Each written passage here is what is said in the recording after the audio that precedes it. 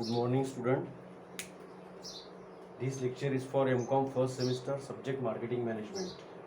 And today we'll start the new topic, which is called as the marketing environment. This is a very important topic. So you have to just listen and understood what is marketing environment. So marketing environment is a very big topic. There are numbers of forces which affect the marketing environment. Some forces may be internal forces and some forces may be external forces. In internal forces are which forces which the organization has the direct control. They can control and manage the internal forces and reduce the vibration of marketing environment. But the external environment is such types of forces which is beyond the control of the organization, and it is not possible for the organization to control the external forces. So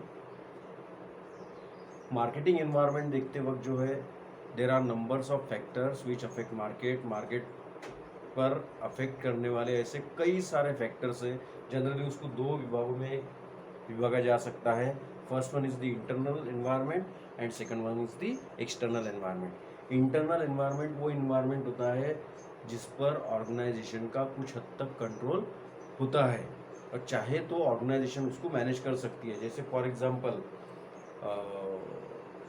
raw material का supply नहीं हो रहा है. Raw material का supply नहीं हो रहा तो इंटरनल फैक्टर्स है. ऑर्गेनाइजेशन जो है वो रॉ मटेरियल का सप्लाई क्यों रेगुलर नहीं हो रहा है इसके बारे में तहकीकात करके वो रेगुलर करवा सकती है. तो और एक्सटर्नल सोर्सेज ऐसे सोर्सेज है जिस पर ऑर्गेनाइजेशन का कुछ भी कंट्रोल रहता नहीं. फॉर एग्जांपल जो है गवर्नमेंट पॉलिसी. ऑर्गेनाइजेशन ने बहुत बढ़िया प्रोडक्ट तैयार किया है, प्राइस उसकी अच्छी है, क्वालिटी अच्छी है, सब कुछ अच्छा है, लेकिन गवर्नमेंट की पॉलिसी जो है वो अगर ठीक ठाक नहीं रही, वो ऑर्गेनाइजेशन को अगर सूट नहीं हुई तो फिर जो है वो ऑर्गेनाइजेशन पर बैडली इम्पैक्ट डाल सकता है. या ये मान के चलो कि कंपनी ने बहुत अच्छा प्रोडक्ट बनाया है, क्वालिटी में अच्छा है, प्राइस लो है, लेकिन लोगों की इनकम लेवल ही कम है, डिफ्लेशन की सिचुएशन है, इस वजह से लोगों के पास में पैसा नहीं है, तो इतना अच्छा प्रोडक्ट रहने के बावजूद भी जो है वो प्रोडक्ट मार्केट में चलेगा नहीं. So there are numbers of, ऐसा एक दो नहीं, there are n numbers of factors which affect the marketing environment, and every organization who want to success in that particular market they have to understand the deep study of this environment. जो भी organisation को success होना है उनको ये सब internal factor और external factor जो है इसका बहुत डेप्थ में स्टडी करना पड़ता है और उसके बाद में कोई भी प्रोडक्ट जो है वो लॉन्च करना पड़ता है. तो ये हो गया मार्केटिंग एनवायरनमेंट. मार्केटिंग एनवायरनमेंट में इतना ही ध्यान में रखना है कि marketing environment is a dynamic environment. वो इतना फास्ट चेंज होता है और जिसके बारे में हम एग्जैक्टली प्रिडिक्शन कुछ भी नहीं कर सकते, या हमने जो प्रिडिक्शन किया उसके चांसेस कई बार ऐसा होता है कि हमारा प्रिडिक्शन गलत हो जाए. जैसे हमने प्रिडिक्शन किया कि आने वाले समय में हमारा प्रोडक्ट बहुत अच्छे से चलेगा क्योंकि हमने प्राइस कम कर दी है, क्वालिटी भी अच्छी दी है, लेकिन आने वाली सिचुएशन में अगर डिप्लेशन की सिचुएशन रही तो हमारा जो है प्लानिंग या हमारा जो प्रेडिक्शन है वो सब गलत हो जाता है. तो ये हो गया मार्केटिंग एनवायरनमेंट. तो इसके कुछ फीचर्स हैं वो हम देखेंगे. Features of marketing environment. तो फीचर्स में first one is the specific and general forces. There are some specific forces and there are some general forces which affect the marketing environment. तो specific forces में क्या है? specific forces में customers and investors. specific forces में customers और investors है और customers और investor दोनों important है और दोनों का भी बहुत ज़्यादा impact जो है वो organization पर होता है. अगर customers ही नहीं रहे तो ऑर्गेनाइजेशन का कोई भी मीनिंग नहीं रहेगा, या फिर इन्वेस्टर्स नहीं रहे तो ऑर्गेनाइजेशन का कुछ भी मतलब नहीं रहेगा. तो स्पेसिफिक फोर्सेस में कस्टमर और इन्वेस्टर ऐसे दो फैक्टर जो है वो बहुत ही इम्पोर्टेंट है ऑर्गेनाइजेशन के हिसाब से. उसके बाद में जनरल फोर्सेस भी इम्पोर्टेंट. जनरल फोर्सेस में क्या है? Social environment, political environment, legal environment and technological environment. जैसे फॉर एग्जांपल पॉलिटिकल एनवायरनमेंट, हमने कितना भी बढ़िया प्रोडक्ट बनाया लेकिन हर चीज़ के लिए पॉलिटिकल सपोर्ट, पॉलिटिकल विलिंगनेस की ज़रूरत होती है।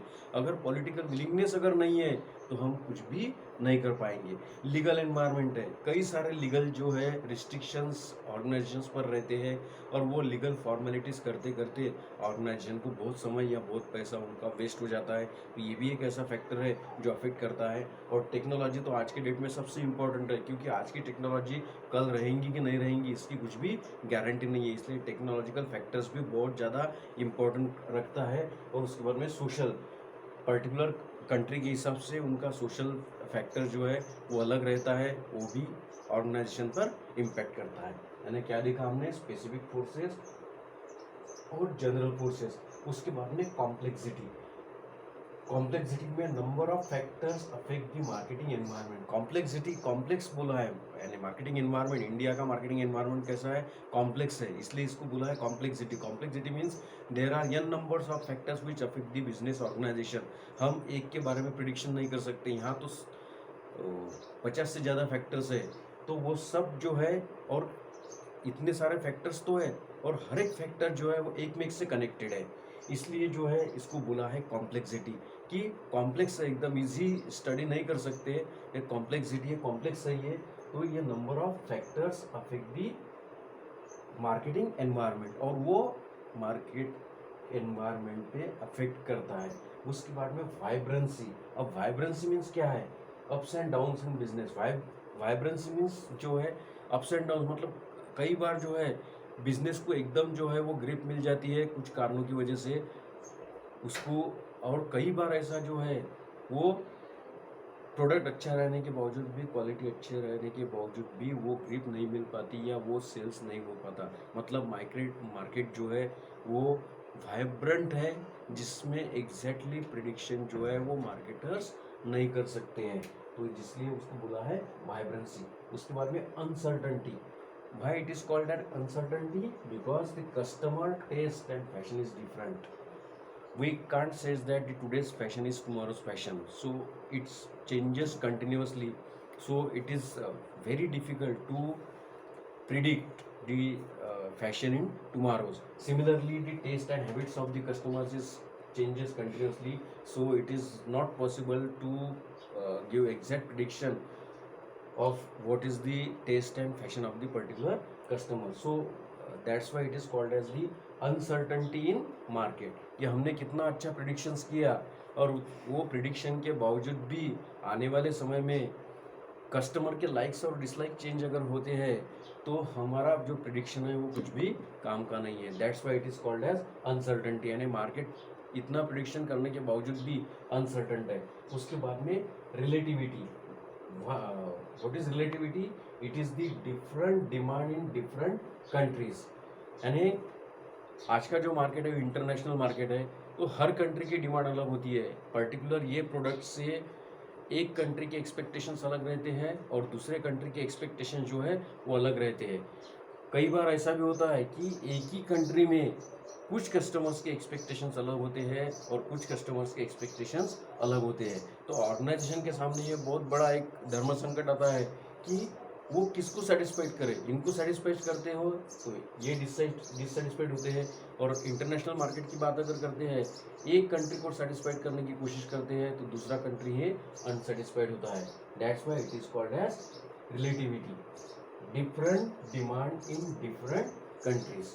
तो फीचर्स ऑफ मार्केटिंग में हमको क्या ध्यान में रखना है, स्पेसिफिक एंड जनरल फोर्सेस। उसके बाद में कॉम्प्लेक्सिटी, मार्केट जो है वो कॉम्प्लेक्स होता है, मतलब उसका स्टडी जो है इतना आसान नहीं होता। उसके बाद में वाइब्रेंसी रहती है, मतलब कई सारे अप्स एंड डाउन्स रहते हैं उसमें। उसके बाद में अनसर्टेनिटी होती है, customer taste and fashion, we can not predict the what exactly the fashion in tomorrow और टेस्ट इन टुमारो। कस्टमर की टेस्ट किस प्रकार चेंज होंगी, वी कैंट प्रिडिक्ट दिस। उसके बाद में रिलेटिविटी। तो आज के लेक्चर में आपको जो है वो व्हाट इज़ मार्केटिंग एनवायरनमेंट ये ध्यान में रखना है, और फीचर्स ऑफ मार्केटिंग एनवायरनमेंट, इतना ही आज के लेक्चर के लिए ध्यान में रखना है। बाकी नेक्स्ट लेक्चर में कंटिन्यू करेंगे। Thank you.